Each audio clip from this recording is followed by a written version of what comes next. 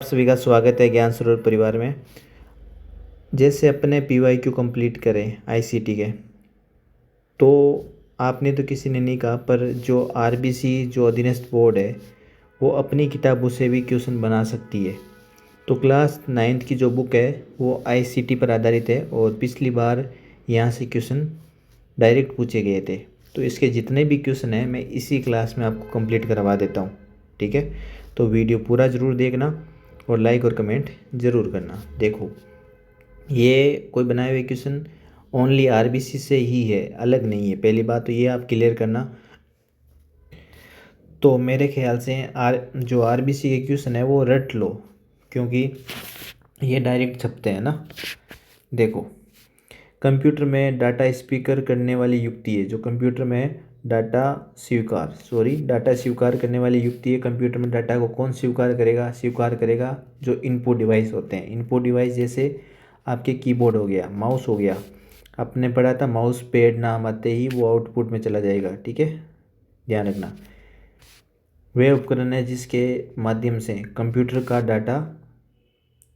के डेटा का निर्देश डाले जाते हैं। एक चीज़ ध्यान रखना, जैसे स्पीकर हो गया, ठीक है। स्पीकर क्या करवाता है? आपके आउटपुट डिवाइस है। स्पीकर क्या आउटपुट है, पर आपके स्कैनर होता है जो डायरेक्ट उसमें आप कोई भी जो स्कैन करते हो वो आपके इनपुट होता है, ठीक है। ये चीज़ आप ध्यान रखना। तो पहला क्वेश्चन में डाटा स्वीकार करने वाली युक्ति को इनपुट युक्ति कहते हैं, ठीक है। अगला क्वेश्चन है क्वेश्चन नंबर 2। कंप्यूटर को किसी विशिष्ट भाषा में लिखे निर्देशों का समूह को क्या बोलेंगे? जो कंप्यूटर में किसी विशिष्ट भाषा में लिखे गए जो निर्देश होते हैं, जो उनका ग्रुप होता है, उनको बोलते हैं प्रोग्राम। ये RBC बोर्ड से बनाए हुए क्वेश्चन है और रट लेना, 40 तक क्वेश्चन है। ये यहीं से आपको क्वेश्चन भी देखने को मिल जाएंगे, ठीक है। कंप्यूटर में किसी विशिष्ट भाषा में लिखे गए निर्देश के समूह को प्रोग्राम कहते हैं। हर कोई आपको ये नहीं करवाएगा, क्योंकि इनमें बहुत मेहनत लगती है। और ये जिसके पास ज्ञान सरोवर की बुक है उसने तो इन्होंने देख ही लिया होगा। देखो, प्रोग्राम किसी विशेष कार्य को करने के लिए कंप्यूटर को दिए जाने वाले निर्देश के समूह को प्रोग्राम कहा जाता है। कोई भी विशेष कार्य आप करवा रहे हो, कंप्यूटर को दिया जाता है, जो उसको आप इंस्ट्रक्शन देते हो, निर्देश, जो उनका ग्रुप होता है, उनको प्रोग्राम बोलते हैं, ठीक है। उनको क्या बोलते हैं? प्रोग्राम बोलते हैं। कंप्यूटर से जुड़े सभी भौतिक भाग जिन्हें देख सकते हैं, छू सकते हैं, देख छू सब सकते हो तो हार्डवेयर। आप देख सकते हो पर छू नहीं सकते तो सॉफ्टवेयर। छू नहीं सकते तो सॉफ्टवेयर आ जाएंगे, छू सकते हो तो हार्डवेयर। हार्डवेयर कंप्यूटर का भौतिक घटक है, जो आपके मॉनिटर, कीबोर्ड, CPU, जिन्हें हम देख और छू दोनों सकते हैं। 1 बाइट में होते हैं। देखो, बेसिक क्वेश्चन है, पर जब आता है तो डायरेक्ट ऐसे ही क्वेश्चन एग्जाम में छप जाते हैं। 1 बाइट में 8 बिट होते हैं। 1 बाइट में 8 बिट होते हैं, ठीक है। ये आप ध्यान रखना, 1 बाइट में 8 बिट होते हैं और 1 बिट में 4 निब होते हैं। ये भी क्वेश्चन पूछ लेते हैं, तो ध्यान रखना। जब भी बात आए 1 बाइट में कितने 8 बिट होते हैं। सबसे छोटी इकाई आप बात करोगे, जैसे 8 बिट होते हैं तो बिट आप है, ठीक है।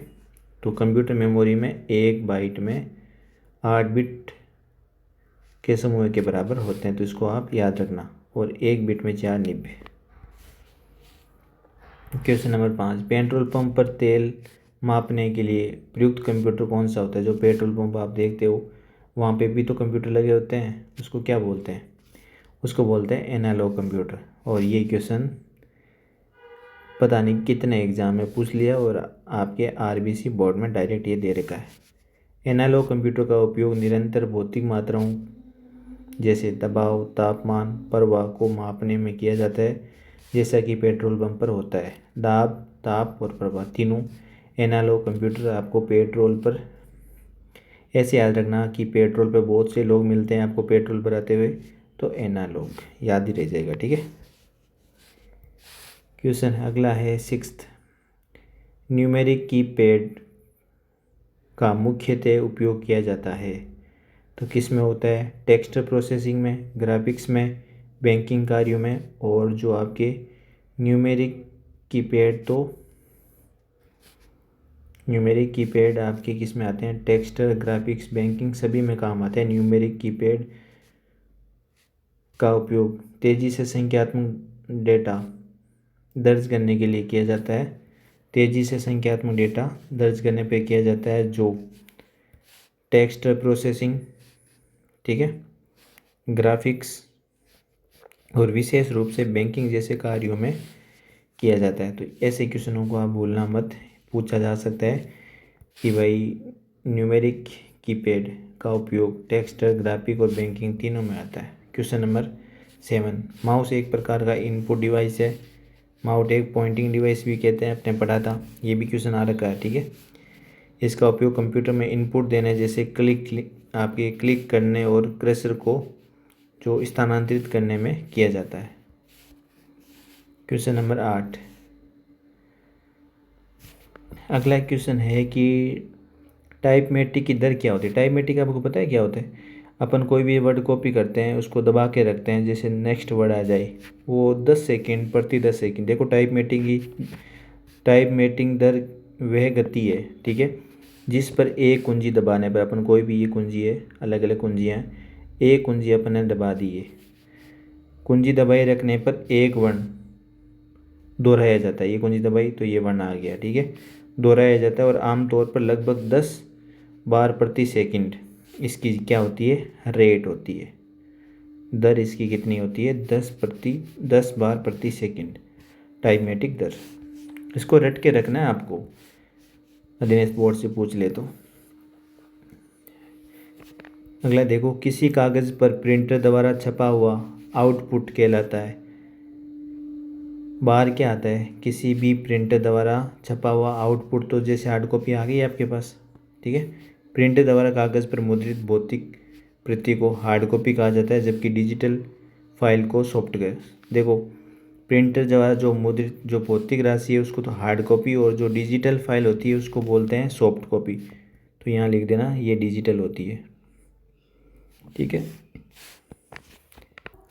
अगला है कि CRT, ठीक है, कैथोड रे ट्यूब CRT के आंतरिक सतह पर लेपित रहता है। तो CRT पर आंतरिक सतह पर क्या लेपित रहता है? आपके फास्फोरस जो पदार्थ होता है वो। देखो, कैथोड रे ट्यूब बोलते हैं CRT को, क्या बोलते हैं? ध्यान रखना, कैथोड रे ट्यूब। मॉनिटर की आंतरिक सतह पर फास्फोरस का लेप होता है इसमें, ठीक है, जो क्या इलेक्ट्रॉन बीम से टकराने पर क्या ये चमकता है और चित्र बनाता है। तो CRT क्या है? कैथोड रे ट्यूब है आपकी एक प्रकार से, ठीक है, जो क्या होता है, जो आपका मॉनिटर होता है ना, उसकी आंतरिक सतहों पर फास्फोरस का क्या होता है? लेप होता है। P लिख देता हूँ, फास्फोरस, जो इलेक्ट्रॉन बीम से टकराने पर, जो बीम से टकराएगा तब आपको क्या है? चित्र बनता है। ये आपको समझ में आ गया होगा। क्वेश्चन नंबर आपके सामने अगला क्वेश्चन है कि प्रिंटिंग की वह तकनीक जो टाइपराइटर की तकनीक के समान होता है। प्रिंटिंग की आपको वो तकनीक बतानी है जो टाइपराइटर जो टाइप करता है, ठीक है, की तकनीक के समान होता है, उसको अपन बोलते हैं इम्पैक्ट प्रिंटिंग। इसको रट लेना भाई, जितने स्टार लगाऊं उतने कम है इस पे, ठीक है। इम्पैक्ट प्रिंटिंग बोलते हैं, जैसे कि डॉट प्रिंटिंग्स इसमें आ जाती है, ठीक है, ये ध्यान रखना। इम्पैक्ट प्रिंटिंग देखते हैं इसको। देखो, इम्पैक्ट प्रिंटर, इसको डॉट मैट्रिक्स बोलते हैं ना। एक स्याही रिबन पर प्रहार करके प्रिंट करते हैं, एक स्याही रिबन पर प्रहार करके प्रिंट करते हैं, जो टाइपराइटर के काम करने के तरीके के ये समान होता है।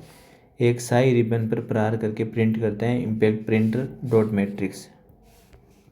अगला है ड्रम प्रिंटर, ठीक है, जो ड्रम प्रिंटर होता है वो लाइन प्रिंटर होता है। देखो कैसे, ये भी स्टार लगा लेना, बहुत एग्जाम में पूछा हुआ है PYQ। ड्रम प्रिंटर एक प्रकार का लाइन प्रिंटर है जो एक बार में पूरी लाइन ही प्रिंट करता है। लाइन प्रिंट क्या होता है आपको पता है? पूरी लाइन प्रिंट करेगा, इसी को आप बोल देना, आपको ये तो ड्रम है, ड्रम की पूरी ऊपर वाली लाइन कर देगा, ऐसे याद रख लेना इसको, ठीक है। ये ड्रम की पूरी ऊपर वाली लाइन, तो इसको आपको याद रखना है कि लाइन प्रिंटर जब भी दिखे तब आप ड्रम प्रिंटर समझ आना। क्वेश्चन नंबर 13, प्राथमिक संग्रहण माध्यम कौन सा है? प्राथमिक संग्रहण माध्यम आपके है हार्ड डिस्क, मैंने अभी थोड़ी पिछले वाले वीडियो में बताया था, द्वितीय, ठीक है। मेमोरी आती है आपके प्राथमिक संग्रहण रैम मैंने बताया था, ये अस्थायी होती है, रैंडम एक्सेस मेमोरी। और रोम होता है रीड ओनली मेमोरी, ये स्थायी होती है, ठीक है। वे मेमोरी है जिसमें सीपीयू सीधे एक्सेस करता है, ठीक है। हार्ड डिस्क और सीडी रोम द्वितीय है, ये सीडी रोम और हार्ड डिस्क आपके द्वितीय है, ध्यान रखना। प्रकाश तकनीक का उपयोग करते हैं, तो जो प्रकाश तकनीकी है वो सीडी रोम में करते हैं। कॉम्पैक्ट डिस्क बोलते हैं रीड ओनली मेमोरी, डेटा को पढ़ने के लिए लेजर यानी प्रकाशी तकनीक का उपयोग किया जाता है।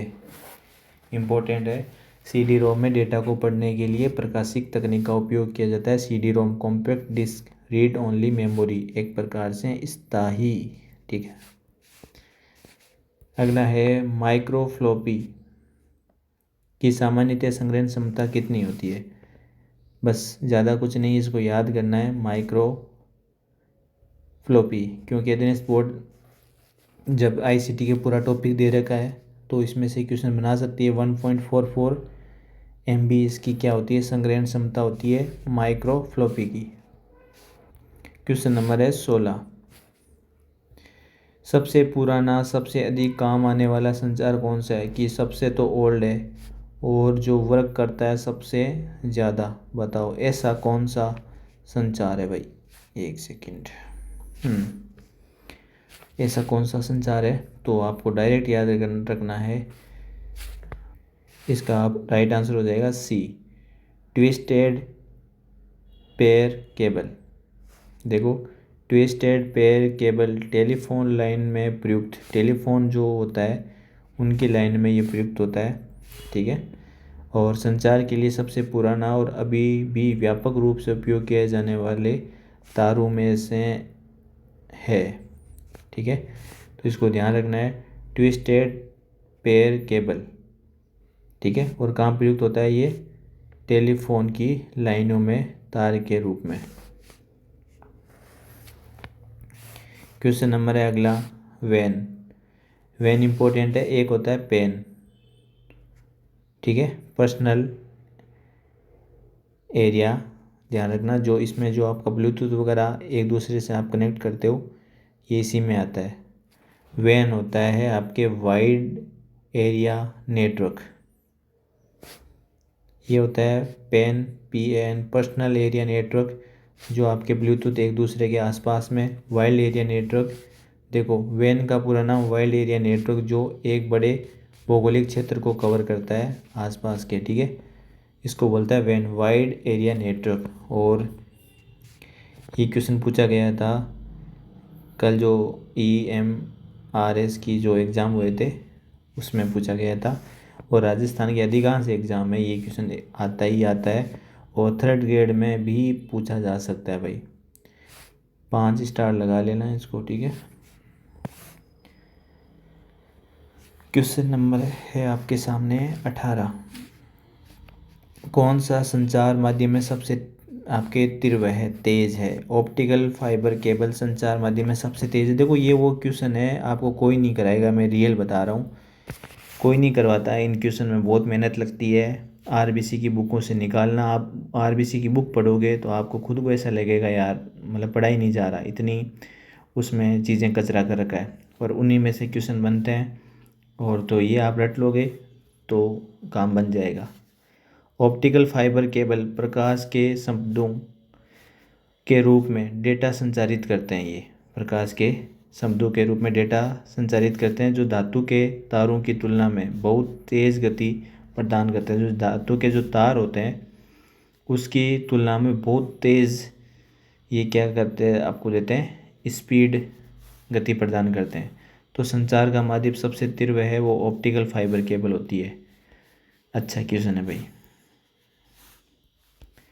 क्वेश्चन नंबर 19, कौन सा माध्यम धातु के तारों से नहीं बना है, धातु के तारों से नहीं बना है, वो कौन सा माध्यम है?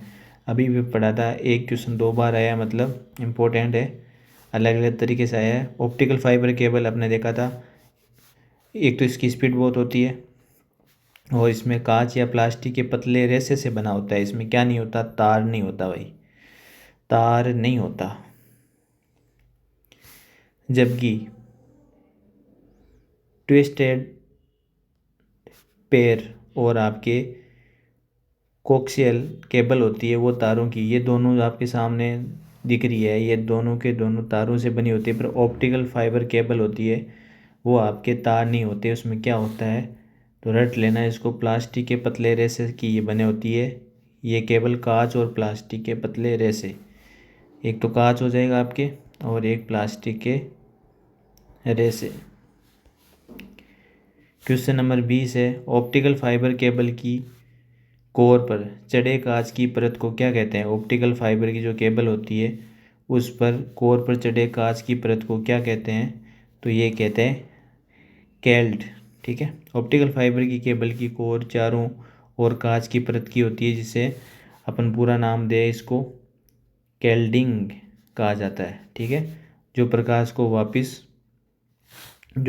को वापस कोर में परावर्तित करती है, तो कैल्ड बोलो, या इसको पूरी प्रोसेस को वो बोल देंगे अपन कैल्डिंग। क्वेश्चन नंबर आपके सामने है 21। देखो, न्यूनतम कितने संचार उपग्रह संपूर्ण पृथ्वी पर संकेत प्रेषित कर सकते हैं? न्यूनतम कितने संचार जो उपग्रह होते हैं वो संपूर्ण पृथ्वी पर संकेत आपके प्रेषित कर सकते हैं? तो ध्यान रखना 3। भू स्तर कक्षा में 120 डिग्री के अंतराल पर रखे गए 3 संचार उपग्रह लगभग पूरी पृथ्वी को कवरेज कर सकते हैं। 120 डिग्री पर अंतराल पर रखे गए 3 संचार पूरी संपूर्ण पृथ्वी को संकेत कर सकते हैं। अधीनस्थ बोर्ड है, तो यहाँ से आपको अपनी बुक से डायरेक्ट पूछ सकती है क्वेश्चन नंबर 22। कंप्यूटर में वायरलेस माउस कीबोर्ड जोड़ने के लिए किसका प्रयोग किया जाता है? तो ध्यान रखना आपके किया जाता है ब्लूटूथ। देखो, ब्लूटूथ एक छोटी दूरी के वायरलेस तकनीक है जिसका उपयोग आमतौर पर माउस और कीबोर्ड जैसे उपकरणों को कंप्यूटर से जोड़ने का काम करता है। ब्लूटूथ, ये आप ध्यान रखना, वायरलेस माउस और कीबोर्ड को जोड़ने के लिए ब्लूटूथ। क्वेश्चन नंबर 23 है, एक छोटे क्षेत्र में फैले नेटवर्क को क्या कहा जाता है? छोटे क्षेत्र, मैंने बताया था local area network. Local area network का अर्थ है लोकल एरिया नेटवर्क, जो कि एक छोटे भौगोलिक जैसे घर, एक तो पेन होता है पर्सनल एरिया नेटवर्क जो मैंने ब्लूटूथ वगैरह बताया, छोटे नेटवर्क होता है लैन। लोकल एरिया नेटवर्क जो भौगोलिक क्षेत्र जैसे घर, कार्यालय, स्कूल को कवर करता है। ठीक है, क्वेश्चन नंबर 24, कौन सा संचरण माध्यम है? माध्यम बताना है, कौन सा संचरण का माध्यम है? मोडम, हब, ब्रिज, कोई नहीं। मोडम, हब, ब्रिज नेटवर्किंग उपकरण है। क्या है ये? मोडम हो गया, हब हो गया, ब्रिज रट लेना इसको, ये कैसे भी डायरेक्ट भी पूछा जा सकता है। नेटवर्किंग आपके क्या है? ये उपकरण है। ने की संचरण के ये माध्यम, संचरण माध्यम भौतिक पथ होते हैं जैसे केबल या वायरलेस तरंग। तो संचरण माध्यम क्या होता है? एक भौतिक आपका एक पथ होता है। ठीक है, जैसे कि केबल या वायरलेस तरंग, तो इनमें से कोई भी संचरण माध्यम नहीं है। केबल और वायरलेस तरंग वगैरह आती तो आपके संचरण का माध्यम बन सकता था। नेटवर्कों का नेटवर्क कहलाता है इंटरनेट, आपको पता है इसको जाल बोलते हैं नेटवर्क का। ठीक है, पूरा का पूरा ये जाल होता है ऐसे बुनता हुआ। इंटरनेट आपस में जुड़े कंप्यूटर नेटवर्कों का एक वैश्विक नेटवर्क है। आपके इंटरनेट आपस में जुड़े हुए नेटवर्कों का एक वैश्विक नेटवर्क कौन सा है? वो है इंटरनेट। ठीक है, देखो, इंटरनेट के लिए मानक तय करने वाला समूह कहलाता है। इंटरनेट के लिए मानक तय कौन करता है? W3C, world wide web consortium. World wide web के लिए मुख्य अंतर्राष्ट्रीय मानक संगठन है आपके W3C, वर्ल्ड वाइड वेब और आपके क्या हो जाएगा कंसोर्टियम। ये इंटरनेट के लिए मानक तय करने वाला एक समूह है भाई, इसको अच्छा है रट लेना, वर्ल्ड वाइड वेब और आपके कंसोर्टियम। फिर आपके है इसमें सर्वप्रथम स्थापित किए गए इंटरनेट नेटवर्क का नाम था, सर्वप्रथम जो स्थापित हुआ था वो इंटरनेट नेटवर्क का क्या नाम था, तो वो था अपारनेट। हर एग्ज़ाम में पूछा हुआ है, पूछा जाता है, पूछा जाएगा।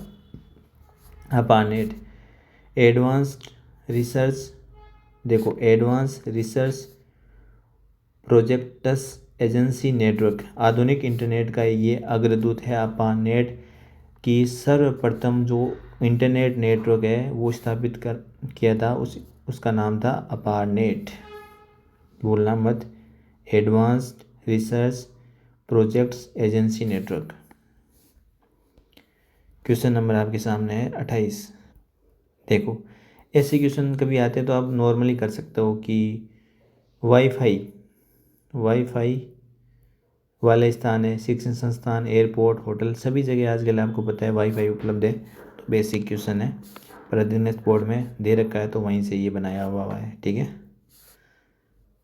क्वेश्चन नंबर अगला, तो ये तो हो ही गया, सब जगह ही होता है आमतौर पर, क्या ही बताऊँ इसका ना। आगे देखो 29, कंप्यूटर पर इंटरनेट से सूचना पहुंचाने वाला सॉफ्टवेयर का नाम, कंप्यूटर्स पर इंटरनेट से सूचना पहुंचाने वाला जो सॉफ्टवेयर का नाम है वो आपको बताना है। तो ये आपको बेसिक सा है, पर इसमें काफ़ी स्टूडेंट गलत करके आ जाते हैं। ब्राउज़र, जो आपको पता है ब्राउज़र है, वहाँ पे आप से सूचना लेते हो, कुछ भी आपको सर्च करना होता है तो आप ब्राउज़र पे जाते हो, वो देख लेते हो। वेब ब्राउज़र एक सॉफ्टवेयर एप्लीकेशन है, ठीक है। वेब ब्राउज़र क्या है, एक प्रकार का सॉफ्टवेयर एप्लीकेशन है जिसका उपयोग वर्ल्ड वाइड वेब पर जानकारी आपके पहुंचने के लिए किया जाता है। ये हो गया क्वेश्चन नंबर 30। कौन सा उदाहरण ब्राउज़र का नहीं है, और ऐसे क्वेश्चन इंपॉर्टेंट बन जाता है कि ब्राउज़र कौन सा नहीं है। देखो नेट स्केप नेविगेशन ब्राउज़र है, इंटरनेट एक्सप्लोरर है, मोजिला का फायरफॉक्स है, फेसबुक आपको पता है एक प्रकार का सोशल नेटवर्किंग वेबसाइट या एप्लीकेशन है, ब्राउज़र नहीं है। ब्राउज़र वो होता है जहाँ पे अपन चीज़ों को सर्च करते हैं, ठीक है, जबकि अन्य सभी वेब ब्राउज़र है। ये 3 वेब ब्राउज़र में से आपको एग्जाम में पूछ सकता है कि कौन सा वेब ब्राउज़र नहीं है। ऐसा ही क्वेश्चन आपको थर्ड ग्रेड 2026 में देखने को मिल सकता है। Netscape navigation, Internet Explorer और मोजिला का फायरफॉक्स, ये क्या है आपके ब्राउज़र है। फेसबुक एक प्रकार का नेटवर्किंग क्या है एप्लीकेशन। .com सबको पता ही होगा, एक प्रकार से .com डोमेन होता है जो आमतौर पर वैश्विक या व्यावसायिक और वाणिज्य संस्थाओं में ये काम आता है। .com लगाते हैं ना अपन हर चीज़ में पीछे, वो एक प्रकार से क्या होता है व्यावसायिक, ठीक है। क्वेश्चन नंबर 34, सर्वाधिक काम में आने वाली इंटरनेट सेवा कौन सी है। सबसे ज़्यादा काम में ईमेल लेते हैं, क्योंकि ईमेल इंटरनेट पर सबसे मौलिक और व्यापक रूप से काम में ली जाने वाली संचार सेवाओं में से एक है ईमेल। कौन सा वर्ड प्रोसेसर है, तो आप सबको पता होगा माइक्रोसॉफ्ट वर्ड आप पढ़ते हो। इसमें एक चीज़ ध्यान रखना, एक माइक्रोसॉफ्ट वर्ड 2 नहीं आया और 9 नहीं आया, ये अपने पहली वाली क्लास में करा था। बाकी जैसे माइक्रोसॉफ्ट 10 आ गया, 11 आ गया, 7 आ गया, 8 आ गया, ऐसे। वर्ड स्टार, वर्ड परफेक्ट, ठीक है, वर्ड स्टार, वर्ड परफेक्ट, सभी क्या आपके वर्ड प्रोसेस है। Microsoft word, word star, word perfect सभी आपके वर्ड प्रोसेसिंग सॉफ्टवेयर के उदाहरण है। क्वेश्चन नंबर है 34, ख़त्म करते हैं इसको। वर्ड प्रोसेसर में कर सकते हैं, क्या कर सकते हैं वर्ड प्रोसेसर में, अक्षरों के आकार को छोटा या बड़ा कर दो, पेज में हेडर फुटर लगा सकते हो, हेडर ऊपर फुटर नीचे, और शब्दों की स्पेलिंग की जांच कर सकते हो, कोई गलत है तो आप सही कर सकते हो। सभी वर्ड आप प्रोसेसर में आप कर सकते हो। वर्ड प्रोसेसर उपयोगकर्ता को फ़ॉन्ट आकार बदलने, हेडर फुटर जोड़ने, वर्तनी की जांच के लिए, देखो ये हो गया हेडर, ज्ञान स्वरूप पब्लिकेशन है ना, ये ऊपर, फुटर लगता है नीचे। रूलर काम आती है, पेज का मार्जिन निश्चित करने के लिए रूलर काम आती है। जैसे अब मैं यही दिखाता हूँ, ये ज्ञान स्वरूप का पेज है, देखो दोनों साइड आप देखोगे मार्जिन छोड़ रखा है हमने, कि जब ये प्रिंटिंग होगी बुक तो साइड वाला पेज ये कट जाए पर कोई मैटर नहीं कटे, इसी को बोलते हैं रूलर काम आती है। तो पेज के मार्जिन को निश्चित करने में। हेडर के लिए स्थान होता है पेज के सबसे ऊपरी हिस्सा। ये देखो बेसिक नॉलेज है, अनुभव से आप जैसे देखोगे तो ऑटोमेटिक ये हेडर, ये फुटर, ये आपके रूलर मार्जिन छोड़ते हैं इधर है ना, ऊपर भी छोड़ देते हैं मार्जिन। पेज की आकृति हो सकती है, देखो पेज की आकृति हो सकती है, ये देख, ये तो आप वैसे भी पढ़ते हो कि पेज की आकृति कैसा होता है। ये देखो मैं बताता हूँ आपको, पेज एक तो होता है आपके पोर्ट्रेटेड हो सकता है, ठीक है, जिसको लंबवत बोलते हैं, ठीक है, और आपके एक लैंडस्केप हो सकता है जो क्षैतिज हो सकता है। दोनों प्रकार से आपके पेज की आकृति हो सकती है। चित्रात्मक प्रस्तुतिकरण हेतु उपयुक्त है। चित्र आप प्रस्तुत करोगे तो पावर पॉइंट चाहिए, उसमें माइक्रोसॉफ्ट पावर पॉइंट विशेष रूप से चित्रात्मक प्रस्तुतिकरण, slide show, power point presentation आप करते हो ना, जैसे आप कभी इस कॉलेजों में कभी करा होगा कि जैसे पीपीटी आप पावर पॉइंट प्रेजेंटेशन काम करते हो, वहाँ पे अलग अलग चित्र दिखाते हो, तो वो उसी में होता है। डिलीट स्लाइड विकल्प उपलब्ध होता है, तो जो डिलीट स्लाइड है वो कहाँ उपलब्ध होता है, एडिट मेन्यू में, वहाँ पे आपको मिलेगा और ये क्वेश्चन ऐसे पूछे जा सकते हैं। सॉफ्टवेयर के पुराने संस्करणों में डिलीट कमांड आमतौर पर कमांड डिलीट ये आपके एडिट मेन्यू में मिलते हैं। ई शासन द्वारा उपलब्ध करवाई जाने वाली सेवा, ई शासन द्वारा क्या सेवा दी जाती है आपको, ई शासन भाई, ई शासन देगा ई नागरिक, ई शिक्षा, ई परिवहन, सभी सही है। देश की हर नागरिक को डिजिटल सेवा प्रदान करने के लिए प्रारंभ में किए जाने वाले कार्यक्रम का नाम क्या है। देश के हर नागरिक को डिजिटल सेवा प्रदान करने के लिए प्रारंभ किए गए कार्यक्रम का नाम क्या है, तो आपको ध्यान रखना, हर नागरिक को डिजिटल सेवा देनी है तो डिजिटल भारत लाओ भाई। डिजिटल भारत में आप, भारत सरकार का एक कार्यक्रम है जिसमें भारत के डिजिटल रूप को सशक्त समाज और ज्ञान में अर्थव्यवस्था में बदलना है, और ये डिजिटल आपको सेवा देगा, डिजिटल भारत। कोई बड़ी बात नहीं है, आप याद रह जाएगा।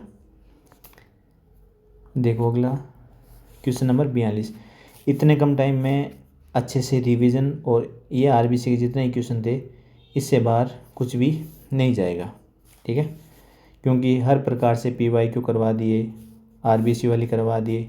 अब आप बोलोगे तो टॉपिक वाइज भी करा देंगे, उसमें भी कुछ नहीं है, ठीक है। कौन सी योजना के अंतर्गत विभिन्न विभागों से संबंधित सुविधाएं एक ही स्थान पर उपलब्ध करवाई जाती है।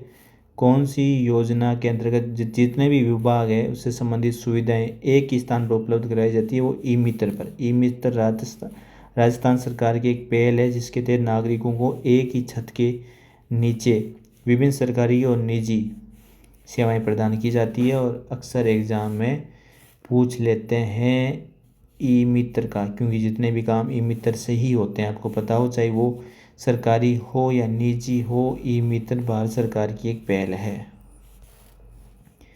क्वेश्चन नंबर 43, उत्पादक और क्रेता, ठीक है, के मध्य मध्यस्थों की श्रृंखला छोटी करने का कार्य करता है ई वाणिज्य।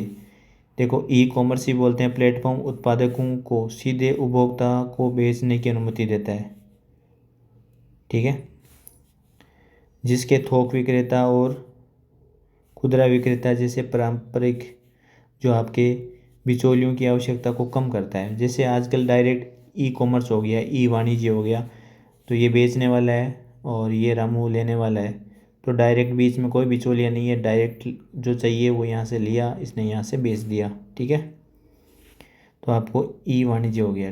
क्वेश्चन नंबर सेकंड लास्ट, कौन सा साधन ई लर्निंग में प्रयुक्त नहीं होता। ई लर्निंग में प्रयुक्त नहीं होता, वीडियो ई लर्निंग में होगा, डिजिटल पाठ्यक्रम होगा, पुस्तकें आप डायरेक्ट, आपके पास ज्ञान सरोवर की पुस्तक है तो आप डायरेक्ट पढ़ सकते हो उसको ना, ई लर्निंग का तात्पर्य विशेष रूप से इलेक्ट्रॉनिक मीडिया के माध्यम से सीखने से है। पारंपरिक जो पुस्तकें होते हैं वो इलेक्ट्रॉनिक उपकरण नहीं है।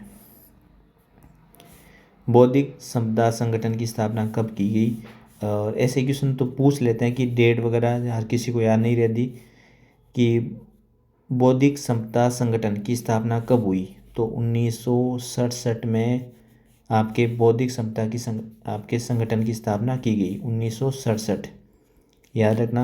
राजस्थान में पहला राज्यपाल जो शासन 1967 में लगा, फिर 1977 में लगा, फिर 1980 में लगा, फिर 1992 में लगा।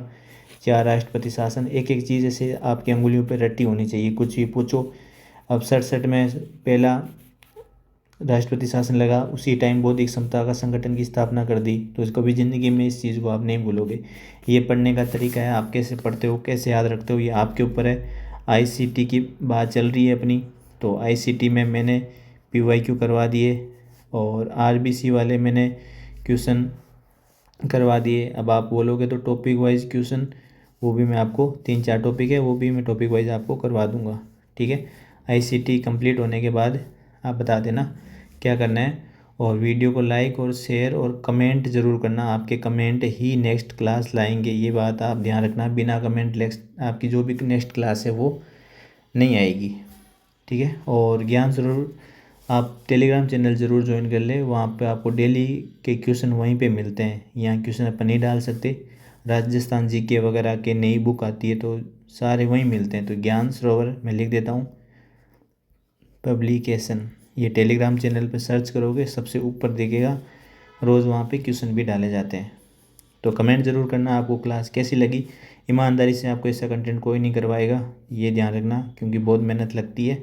और जितने भी क्वेश्चन थे वो सारे करवा दिए मैंने। धन्यवाद आप सभी का।